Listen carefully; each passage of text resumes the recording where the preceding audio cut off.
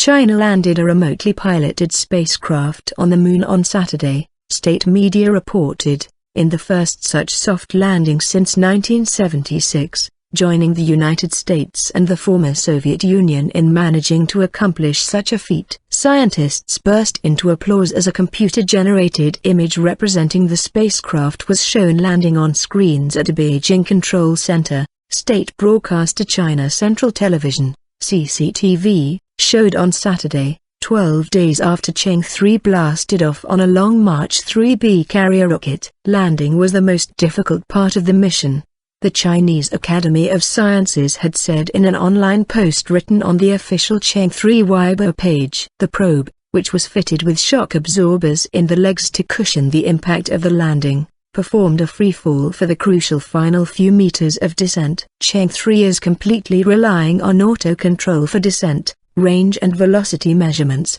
finding the proper landing point, and free falling, Chang'e-3's microblog said before the landing. At this stage, the Earth base is effectively powerless, and there is only about 10 minutes to finish the process. Ambitious program. After reaching the lunar surface, the module will release its rover, which can climb slopes of up to 30 degrees and travel at 200 meters per hour, according to the Shanghai Aerospace Systems Engineering Research Institute.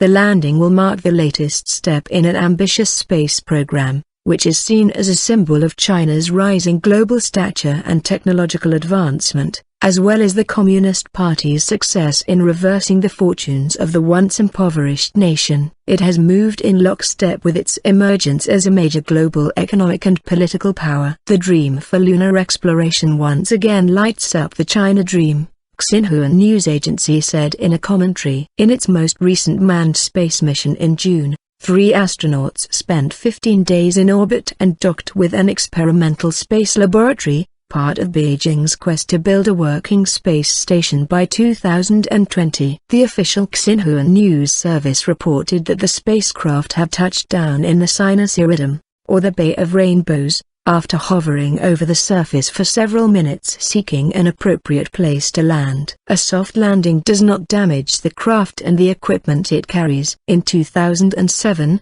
China put another lunar probe in orbit around the Moon, which then executed a controlled crash onto its surface. China plans to establish a permanent space station by 2020 and eventually send a human to the Moon.